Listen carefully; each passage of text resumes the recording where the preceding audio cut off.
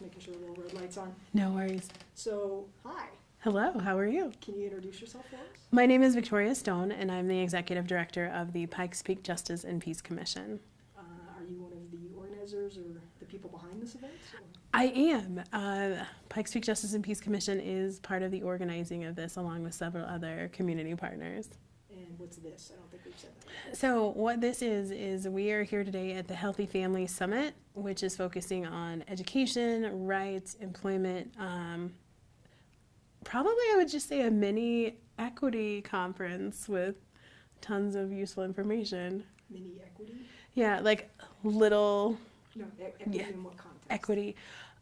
I think that people really started to understand today some of the disparities and some of the disproportionate things that happen just due to the color of your skin or your socioeconomic status. And I don't know if everybody realized some of the statistics that they were going to see and hear today. I talked to a few people during lunch, and people were in tears, just eyes opened up about the realities of life for many people. So it's a summit about life and justice, or can you sum up what was your desire for today and the desire for this gathering? Our desire for today in this gathering was for people to get information about some of the injustices that are happening, but also be able to come out with solutions. So we had people present on some of the social justice issues that need to be addressed, but then they were also given ways to combat that. So if we talked about poverty, we had somebody that could then give you a job. We were talking about lack of access to education, and then my organization, we are actually doing a new education program called Lead Excellence Academy, so people can get that information so then they can get educated. So it's kind of we're not just talking about problems, we're talking about issues and bringing solutions. It seems to be very, it's a summit, right? So it's cross-organizational, Yes. cross-community. Yes. So how did you decide who you wanted to invite today, or what were you looking for? Honestly, I think it really started when Delia Busby came out of semi-retirement. She has a long, extensive history as an educator in our community and nationwide international work being done. And I think she kind of got fired up because my organization, we are a social justice organization, but I feel like we've been talking about social justice and not doing any action. And when we decided we wanted to create this education program, I think we just kind of got in this co-creative space. Like, she was helping bring light to the issue that the JNP is working on this issue. And then it just started going, but what do we need? So, hey, people can't get to school because they're hungry. Maybe you need employment so that then you can buy food, so that then you can, and it just grew into this really great community space of, wait, well, what else do we need? Oh, well, some people might need these additional skills. And so it felt like a conversation based around a need for education. And even Walter Fields, who came to visit us from New Jersey, he was really even explaining some of the nuanced pieces of education. There's two sides of it. There's what educators want and expect, and then there's what parents want and expect. And I think he helped bridge the middle. So it's really nice to work not in a concrete space. It was just a vision, imagining, what do we need? What do we do? What do we need to do? And just built into what we got today. Okay. Do you have you've mentioned that one of the things is not to just dwell on the problems, but more looking at, for a given problem, do we have a solution that we can present, or we Correct. need to go investigate that? Or, Correct. So do you have, like, your desired outcome for today, or where do you think things are going to be going forward? If I had a wish for today, because we got a lot of educators and professionals to come in, and I think I might have been the only person that brought my whole family to the Healthy Family Summit. But this is our first one of many. So I would like everyone that attended today to go back to their community, their organization, friends and neighbors, and explain that we're trying to do something new and different, that everybody is welcome in these spaces to get the information.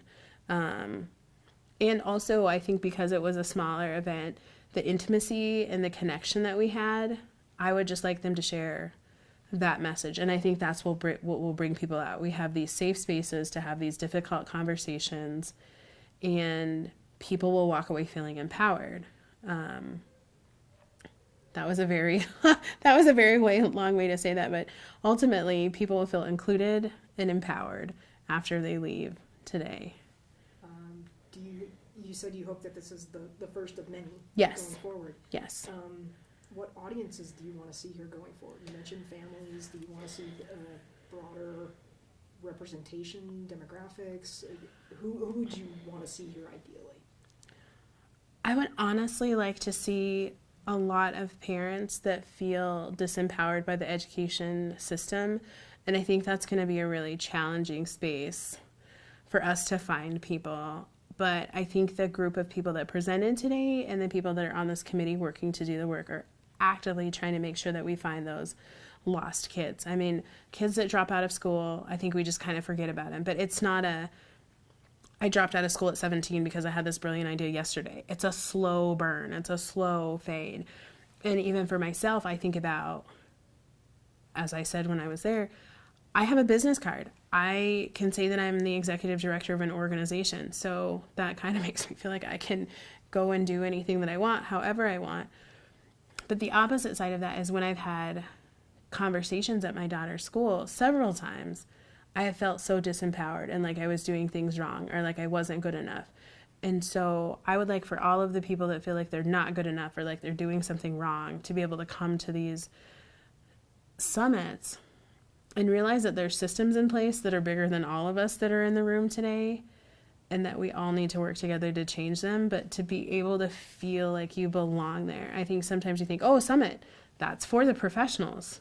No, it's for you. Like, it's for you and your children. And I want to see people with babies, and I want to see people learning and just feeling comfortable. Or I came to this in my sweatpants because the knowledge is more important than the knowledge that I'm going to receive is more important than the outfit that I wear. That's what I want to see. I want to see regular, everyday people, everyone walking in. Cool.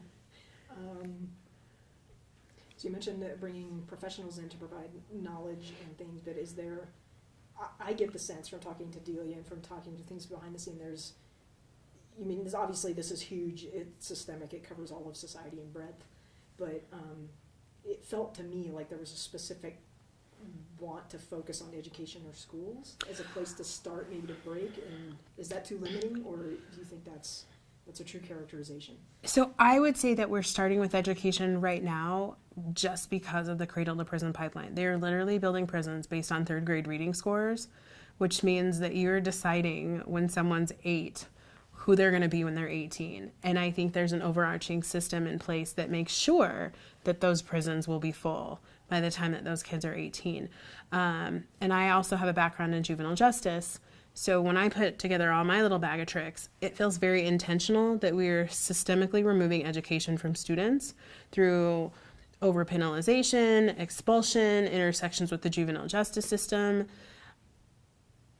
And it's horrible. So I think if we can get people to understand that it's a real thing, then we can work to change it. So we're focusing on education because if you get a high school diploma, ultimately, I think you're less likely to recidivate because then you can go get a job, even if it's only a job at Taco Bell, right? It's still an entry-level position of which you can gain legitimate employment and support yourself. There's some nuanced pieces about can you really support yourself on a minimum wage job? However, barely getting by on a minimum wage job gets you in less trouble than maybe some unsavory things that might happen when recidivation is the only option. And I truly believe that sometimes getting involved in criminal activity is need-based, not just because you want to go out and rob people. I think a lot of times it's about trying to eat, but how can we create vehicles for people to make a change? And I think it's education that's really separating the haves and the have-nots. And even with all the things we have going on in education right now with charter schools and private schools and how much are we going to fund? Is college really accessible to everyone? That's really becoming the dividing line, and it's getting just bigger and bigger in our country. So the more educated people we have, the better. And even just to create well-informed, thoughtful, thinking human beings, because Walter and I were talking about this today. our school systems are still graduating people that read on a third grade level, yet they still walk away with a diploma. And he's like, if people were educated, they might make more educated decisions, or just the will to want to learn. So I think this is the perfect piece to start, because I think this is the actual game changer. There's another connection I'm aware of that, like you're saying, is almost everybody says education is the way out for any number of, it's like everybody, getting Right. education, it opens all these Right. doors. So therefore, if there's the disproportionate percentage of getting kicked out of the education system, you're right there, you're setting things down the path. So, Correct. which leads into the restorative justice concept in schools. Correct. So do you have any thoughts around that idea, what you're aware of, what you've seen, what you hope? I am all for true restorative justice. And I feel like if we can work on restorative justice pieces before we get these kids way down the line in the juvenile justice system, that's the way to go. Because oftentimes restorative justice is done when you are in the midst of a court trial. And because the justice system is so victimizing to the people trying to go through it, I think it's really hard to say, oh, now I want you to repair harm, when you've been struggling for 2 years to try and get through this and you feel like a victim because it's a victimizing system. But if you could start with restorative justice instead of expulsion, instead of suspension, and really make people understand the consequences of their actions, or I'm going to take it a step further back, the things that have led up to those situations, then they're learning about themselves as well as their impact on the world. And I think that's a much more thoughtful way to do it than just, you stole, you're out. So do you think there's, can you do one without the other? Can you fix education? I mean, it's almost like if you want to fix the schools, you have to fix the community. And I mean, that's an oversimplification. So I'm going to say that you have to change the power structures and create a will for those structures to happen. We say like these things are mandatory sentences, or this is a mandatory expulsion, or this is a mandatory suspension. It doesn't really have to be. Like literally we could make the rules and change the rules and shift the dynamic, because there's not like, nobody's going to die, right, if you don't expel a certain kid. So you can change. So I think we need to change the systems. And I think that starts with community pressure. I really enjoyed what Walter said, and now apparently I'm going to have to start going to school board meetings. But we just need to shift the dynamic. When I think about like all the people that are systemically and systematically removed from education, I think if all of those populations band together, there's more of a, that sounds horrible to say us and them, but there's more people that are impacted by these systems negatively than the people that are writing the rules. But that's a huge paradigm shift, right? Like it's a huge paradigm shift, and you have to, again, invite people to spaces like this. Like I hope that the next time we have a summit, that everyone that is a service provider here today goes back to the people that they're meeting and say, hey, I went to this Healthy Family Summit. You should come next time. And if the pushback is, oh, I can't come, I have my kids, they'll go, oh no, bring your kids. The MC had a baby running around all day on her hip, because that's how we're going to get effective change done. Like making people feel like they belong and deserve a seat at the table, right? So to go back to something you said a little bit, you mentioned mandatory sentencing, and the cynical side of me is like, or zero tolerance, that phrase sometimes. Right. But the only person that benefits sometimes is it makes the teacher's life easier, or the staff. It has nothing to do with making the student's life better. Correct. So. And that, I mean, what you just said right now, that's a whole nother ball of wax, because I worked in education too, which is why I think I'm able to put all these things together. And now I'm with my role at the JMP, I'm in a place where I can maybe make effective change. So when I put it all together, I totally respect that it's probably much easier for a teacher to deal with a zero tolerance policy. Because again, we're graduating kids often with a third grade reading level. So you might have a teacher teaching a 7th grade classroom where the literacy and numeracy goes from 1st grade all the way to 12th grade. And I can't even imagine how you navigate that, especially because we're moving to pay per performance. you have these standardized tests that you're teaching to. I think the joy of teaching is often sucked out of teaching before you even walk into the classroom for the first day, through many, many policies. So I can see how it's difficult. However, I'm really a fan of, how do we save just one? Like that one kid that you're saving, you don't know who they're going to be. Like there's only been one Martin Luther King, one Sojourner Truth, one Barack Obama, one Michelle Obama. Look what they've done. That one. And I feel like there's tons of other ones. And if we could just wrap our brain around the realities of, that could be you. I think we have this interesting dichotomy in American society where we want to do this bootstrap thing, which doesn't make any sense. So in that sense, everyone should be able to take care of themselves. And then we have this, it's only one student that we're losing. They're not going to make a difference. That one could be the one. And I try and work with all my kids like that. Like I love working with youth because I'm hoping that one day some youth that I worked with is going to be the president. I'm going to get to visit the White House, but it only takes one. And how do we decide? Or even the flip side of it, when you think about the cradle to prison pipeline, I have been really challenged in my thoughts about the criminal and the justice system. Also, because you never know who's in the room. Oftentimes you're sitting in a room with someone that you have the most utter respect and complete esteem for, and you have no idea who they were 5 years ago. You have no idea if they've done time. And I literally, because now I think I've been hanging out with more people that have done time because I'm learning about this work, people are talking to them in the present, forgetting that they had a past. So I'm trying to talk to kids in the present that might be their reality and speak into their future. Because they could be that same person sitting in that same room that nobody's ever going to assume that they did time because they're this amazing, magnificent person. And we really should treat everyone like that. I hope that makes sense. But like we're all bigger than our story. We're all bigger than this one moment. But because we have all these crazy policies, they send you way left. Like when I talk to kids, they're like, oh, you don't know what you're talking about, Miss Victoria. You don't have a record. You don't have a background. Otherwise you couldn't work with kids. And not to tell myself, but like my reply back to them is, all you can prove is that I have a clean enough record to pass a background check. That's really all you can prove. I am a nice person, but right? Yeah. Sorry. No, you're good. No, I was like, as an interviewer, I should be thinking about the next question, but I'm too busy ruminating on what you've said. No worries. I'm messing with your brain. It's all good. No, that's what we're here for. That's part of, yeah, exactly. It's like, that's why we're here.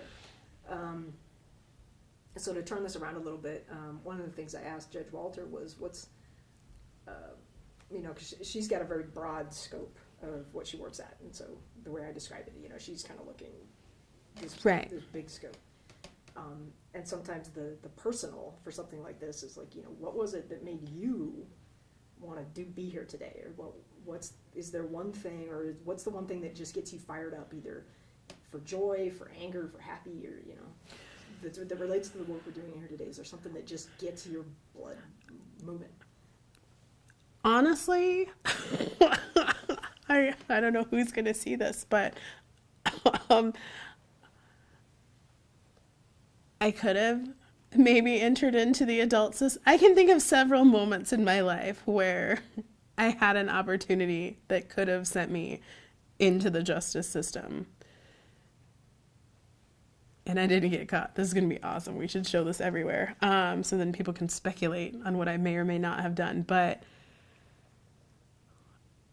once I realized the gravity of the situation and how fortunate I was, I really am compelled, because there's tons of people that don't get caught that are monstrous people and move through life. And there's tons of people that do get caught that might have been their one mistake or their one moment in time, or why did they steal, or why did they commit that crime? And even if they did, sometimes they don't even commit crimes. People don't even commit crimes, and I don't think people realize that either. And so I'm compelled to do this work because I feel like I have an opportunity. I just believe in, to whom much is given, much is required. And I think I've been given a lot, and I've dodged a lot of bullets. I'm not saying life has been completely wonderful and easy, but I have a beautiful, healthy, and happy family.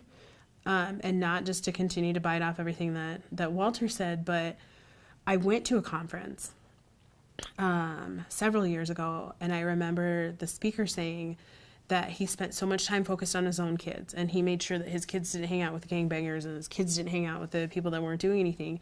Then he went back to his town years later, and all of his children's peers were either locked up, dead, some crazy tragic story, because he spent that much time only focusing on his own kid. And I never want that to be my story. That impacted me so much that now I'm just like, what can I do? How can I change the world? And even with our Cradle to Prison Pipeline project, when I've talked to a couple of people about it, they're like, oh, you want to take down the entire prison industrial complex? And I'm like, that is huge. But what I believe that we can do is take a couple of kids in El Paso County and get them graduated and cut down on their rate of recidivism. And then we can become a model. And so that's why I do it, because it's the right thing to do. Are there specific programs or activities, and this is going to be a leading question, speaking of lead, Right. But are you aware of specific types of activities that have, let me step back a little bit, so someone who looks like me, who's white suburban soccer mom, even though I'm not. I love it. But we would need data, or we need convincing on something. It's like, if you do this, or if you apply money here, or you do these kinds of programs, it has a really tangible impact. And we all know that those things exist. But sometimes it's hard to convince people who aren't in it that that's the right place to apply the pressure, apply the resources. So are you aware of programs or activities or specific things that we know work, even if people are too dense to realize that they work? I don't know if that's the Oh, man. That's a really complicated question, because I feel like some of the things that work are some of the things that aren't data driven, if that makes sense. So there's a huge backstory, but I have a youth group that I run in the spare time. Sorry. No worries. Beauties of editing. Awesome. I love it. Take your time. I'm like, I only hit it once when I was over there, when I coughed when I was introducing the doctor from D2. So, all right, back to it. So I have a youth development program that I've been running out of the Hillside Center since 2014. We're not a 501c3 because it's really complicated. We really don't follow any rules, except for my motto is we haven't lost a kid yet, and we don't bring stuff like peanuts so that I can continue to say I haven't lost a kid yet. But it's literally an open community group. I have kids that come twice a week. I make it as inclusive as I can. I make it as low barrier as I can. We have dinner, so that also, I think, solves needs for families sometimes. Like, oh, great, you can take my 3 kids and they can eat dinner and I don't have to go shopping. I don't have to cook for them. I don't have to wash dishes. It started out as a young ladies empowerment group, and then when they started bringing their cousins and their brothers and their neighbors, now we are just anybody comes. And I sit down and we talk about real life things. I have kids that are in 6th grade and we're talking about SWOT analysis and SMART goals. And I love it when I run around the room and I'm like, if I say S, what does it stand for? And they're like, specific. So they're going to be ready. Like, it might not be SMART goals and SWOT by the time that they're in the workforce, but it's going to be some methodology like that, and they're going to understand. And we love them and we're kind to them. We don't make crazy restrictive rules. Like, if you're not here by 6:30, then you miss dinner. If you come in at 6:30, you're getting dinner, because when you're 12 years old, if you're late to a program, I guarantee you it's not your fault, right? And it's an open dialogue. We co-create. What do you guys want to learn about? We did a lesson on interesting animals. So we're not just doing SWOT and SMART goals or let me prepare you for college. Oh, you want to learn about pangolins? I learned about pangolins, right? And based on that model is why we're also creating our education program, Lead Excellence Academy, through the JMP, where we're looking for reasons to screen kids in, right? Like, there's tons of programs that are like, oh no, you don't meet this box, you don't meet this box, you don't meet this box. We even, interestingly enough, have a mom and a son that are going to work on their diplomas together with us. And I remember talking to Mr. Bryant, who's running the education piece, and he was like, what do you think, Miss Victoria? Can we do this? And I was just like, yes, we can. Why? Because we can make the rules. There's a million reasons why I could say no to that. But if we have a mom and a son that both learn together because they're both trying to figure out where education fits into their life. That means that mom can come with her kid, mom can eat with her kid, mom can learn with her kid. When they go back home, they can do their homework together. I don't know if my kids will want to spend that much time with me. But I'm like, what's going to happen when our first graduating class is a mom and her son and they got their diploma at the same time? There's a million reasons to say to no that. A million reasons to say no. But I was like, yes. We don't know until we try. And so again, back to my original thing, it's not data driven, but I think you have to tell people your story. Because I've had many conversations with people about the education system, and I'm really working on how to tell the story and change the narrative, because what gets funding is when you tell the story about those people. They're so sad and they're so dejected and if only we could come in and save them, right? And I feel like with the decade of time that I spent working with youth, the biggest barrier that the families and the students had was poverty, not self-esteem, not valuing education, not being a general delinquent. It was literally poverty was the dividing line. And that's not something that people can necessarily control. But when I talk to people about my experience in the education system with my daughter, their eyes light up. They're like, they can't believe it. And I'm like, yeah, I was one of those people that you said needed more self-esteem, that needed more opportunities. And I've been treated like someone without a degree. I got my degree before I turned 30 with a small child, and I was super proud of it. And my dad even has a PhD. I cannot tell you how many times I've been offered first-generation college student programs for my daughter. And my question is, why are you offering that? Is it because I walked in with my beautiful black face and my beautiful black children and my beautiful black family?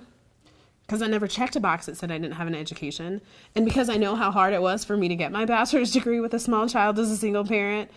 Had there been a box, I would have been like, yes, right? Like, how big can we make this education? And I feel like the more that I tell stories, and the more that people are like, I can't believe that. Not you, Victoria. I'm like, yeah, it happens to me every day, all the time. That then that legitimizes it. And they're like, well, if that happened to Victoria, it probably really did happen to this person over here. And I think so the onus is on people.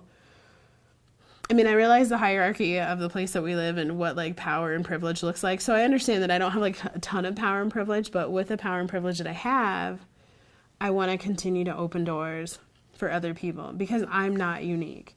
I'm not a statistic. I'm one person. And I think when you tell that story from a one person point of view, that gets people to buy in. I literally had this conversation yesterday and someone was like, I cannot believe that was your experience with your daughter. And I'm like, it was, and it was heartbreaking.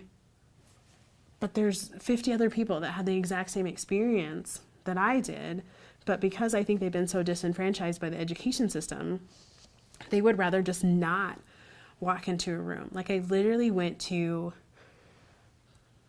a parent-teacher conference for my daughter and said that she wanted to go to college, and they laughed at me. Heartbreaking. Who's going to come back to that? How old is she? She's 17, and she's going to graduate this year. So excited. But yeah, heartbreaking. Like I literally sat in front of people and just like tried to choke back tears and went home and just bawled my eyes out. And again, I think because of I have an education background, I have had a pretty decent career track, I have a degree, I have a business card, I was able to go home and like suck it up. But I can't imagine what would happen if somebody didn't have all those little things to boost them back up, how they would go back and go to another meeting like that. And to be honest, I didn't go the second year. The first year was such a horrible experience and I didn't go the next year. And then she's just getting older and she's about to graduate. So I need to go to make sure she's on track. But that's a horrible, monstrous feeling. I mean, and I could probably tell you 8 more stories like that. And it's just based on... I mean, I can't, here's the deal. Nobody ever, like no one ever walked up to me and said, hey, Victoria, you're a black single mom. We know you don't have education. But I go places, interestingly enough, so Judge Walter, who spoke earlier this morning, I did her diversity training, and they did like a get to know you exercise, and it was this list of all these random things like, have you traveled out of the country? Do you speak more than one language? Have you ever been on food stamps? Are you single parent, divorce? I mean, 2 whole lines, so probably 40 questions. I swear to you, I had not introduced myself yet, and nobody knew anything about me, and probably 10 people walked up to me and said, can you check the single mom box for me? And I was just like, I haven't even said I have children. And I was blown away. I was like, literally, this is the way that people think about me, or the assumptions that people make. And I don't think people realize the assumptions that are made about people that they carry all their lives. Like, I'm bilingual. Whenever I'm called to do the translation, no one ever thinks it's me. Pero yo habla bien español, sí? But nobody ever thinks it. And then they're like, oh, you must be Panamanian or Cuban. And I'm like, no, Black people can learn. I can read a book. I can become educated. And that's literally the life that I lived. And until I tell people those stories, they're like, no, every time, jaws drop on the floor. So this is a little bit of a segue, but it's something that Judge Walter said, and something that's in my background, which is she was talking about overrepresentation as in a negative sense, overrepresentation of, skewed high statistics and all of the bad categories, and underrepresentation in just general life and good things. And one of that gets into, I think what sparked this is because you're talking about telling stories, which is something we care about. Right. Is underrepresentation in media of stories of everybody but straight white people. Right. And I guess what's your thought in that context of, So what I'll say is I'm a firm believer in mirrors. And when I say that, having someone that looks like you, doing something that you want to do, which proves to you that you can do it. And I don't think of communities of color, we have a ton of mirrors. And interestingly enough, that we're having this film conversation is because we watch a lot of British TV in my household. And I feel like they do a much better job at representing what actually happens. I mean, I have no idea what a real estate looks like, but it feels like they're normal, regular people, right? And everything that we see on media here is so... Everybody's got a big house. I mean, even like fresh out of college, you have this big giant house with like 10 rooms. And I'm just like, I don't even know how you can afford that. But like, I never see me on TV. We talked about Black educators earlier this morning. I think in my life, I've had 2. Why would I think that I was going to be a teacher? Because when I turn on the TV, I mean, I've seen like a ton of ladies with like, that's the baby mama, or you can twerk on a corner. There's plenty of white savior teachers, right? Right. And I mean, it's such an interesting, like, what do you do with that? But I think we need to make a conscious effort to create a mirrored space for people, because I'm not saying that if you don't see it, you don't believe it. But what I'm saying is, if you don't see it, you don't believe it. Like, nothing in the media tells me that I'm good enough. I can't look on a magazine and say that I'm okay unless I pick up like an Ebony or a Jet. But when I walk through the counter at the grocery store, there's 12 magazines. I mean, but we do this to people in so many different ways. Like, I have a baby that's not quite 2. When I go through the checkout line, the lady that had a baby 5 minutes ago is half my size, right? And I think we just create these really inadequate pictures and representations of who people should be and what they are. And I think because I really believe that like the average Joe citizen is just so busy trying to survive that I totally appreciate not stepping outside of your everyday. Like, I paid my rent, I paid my utilities, I bought groceries, I made sure my kids are fed. And I think you just get like so tied up in that rat race as like a everyday average citizen that you just, it's so hard to even like think of the bigger things, like what is being fed to you. Do you know what I mean? And then I think once you figure that out, like we've been having these conversations about like wokeness, and I'm just like, I'm working on woke 2.0 and I'm about to head to woke 3. But my concept is, or my conversation behind that is, I'm on woke 3.0, but I want to go back to sleep because now I see the disparities. I see the systems that are in place. And somehow I thought going from working with individuals and direct services to systems work was going to be less heartbreaking because then I wouldn't have to hear individual stories. It's heartbreaking. It is so much more heartbreaking than I ever thought because people live in the system. And when you think outside of it, it's just a painful place. One of the things we were talking about is even accurate reflections of education. I think almost everyone in America is going to be like, Lincoln was great because he freed the slaves because he thought slavery was bad. No, it was a political move to save the Union. I just read Lincoln and the Abolitionists, and I was like, wow, regular school history teaches us like he's a great person. I'm not saying he wasn't a great person, but he didn't necessarily did it because he cared about people that looked like me. It was complicated. And Right. We simplified. I was going back to what you're thinking even about representation is, you were saying it's a mirror. It's like you can't be what you can't see. The insidious flip side of that Right. is you talked about all the assumptions that people make about you just by looking at you. Part of that is also because you're never represented in media in an accurate Correct. way. It Correct. harms us as well. Correct. I mean, it's a monster. Like, it's such a mess. And again, I think I went from like individual work to systems work, and now we're going to do like some micro level work so that we can make some effective change. Like a lot of the people that we're having involved in this Lead Excellence Academy project are people of color. Why? Because we just saw the statistics this morning. It's people of color and white people of low socioeconomic status that are getting locked up and are getting these crazy raw deals. So we're going to bring people that are their mirrors to come in and show them that there's a different way. Or even one of my favorite things is just the way that I talk. Often when I talk to kids, they're like, oh, nobody wants to talk to you like Miss Victoria. You sound white.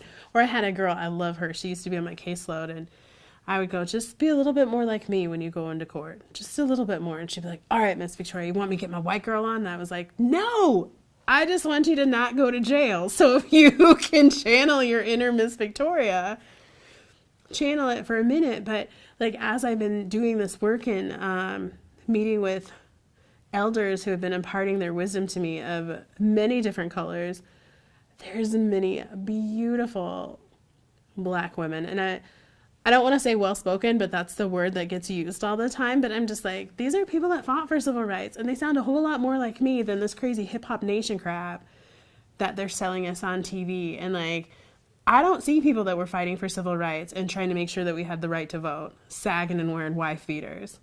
And it's just it just feels so intentional, right? Like the more I think about like the civil rights movement, I'm just like,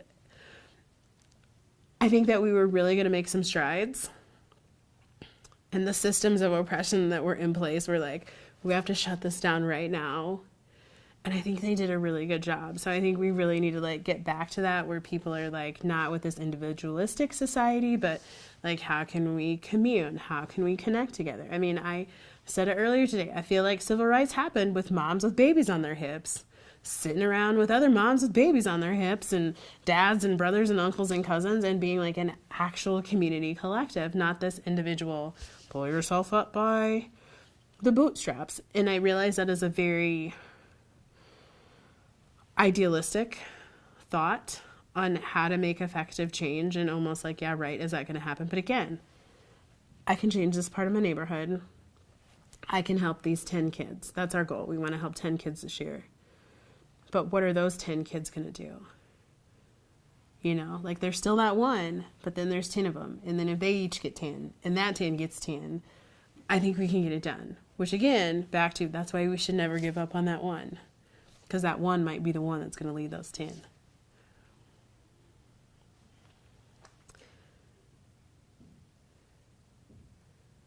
I think I'm out of questions unless something comes in and follow up. So the main thing we always want to say, and I can tell, you have any questions? He usually says no, but can you think of anything you want to know? No. you want to follow up on? I made a new friend when I said we watch British TV, so Yeah. we're good now. Yeah. Yeah, It's I the way. figured- It's I the way to figured that go. It's the way to I go. figured that would perk his Mini income up a blocks. little bit. It really is the way to go. Trust me. That's literally all we watch. And but the other thing is just, is there anything I haven't asked you, or it's something that you thought of when you came down here that you haven't said yet, or that we haven't talked about, or? I can't think of anything. I feel like I have talked at you forever and took the long route for every single one of your questions, so I'm good. Well, one of our mottos sometimes is go deeper, and so it's Nice. like, whatever thoughts you're having, and anything that pulls at the emotions or something, that's usually the stuff Awesome. that's interesting. Awesome. So, no, this has been great. So I just wanted to make sure that we No, got- I'm good. And now that I'm like, I think I've been here forever, God only knows what Susan's doing. I might need to go back and do my job, or the summit might be over. So we'll just pull that real quick. All right. And thank you, ma'am. Thank you. And I'm gonna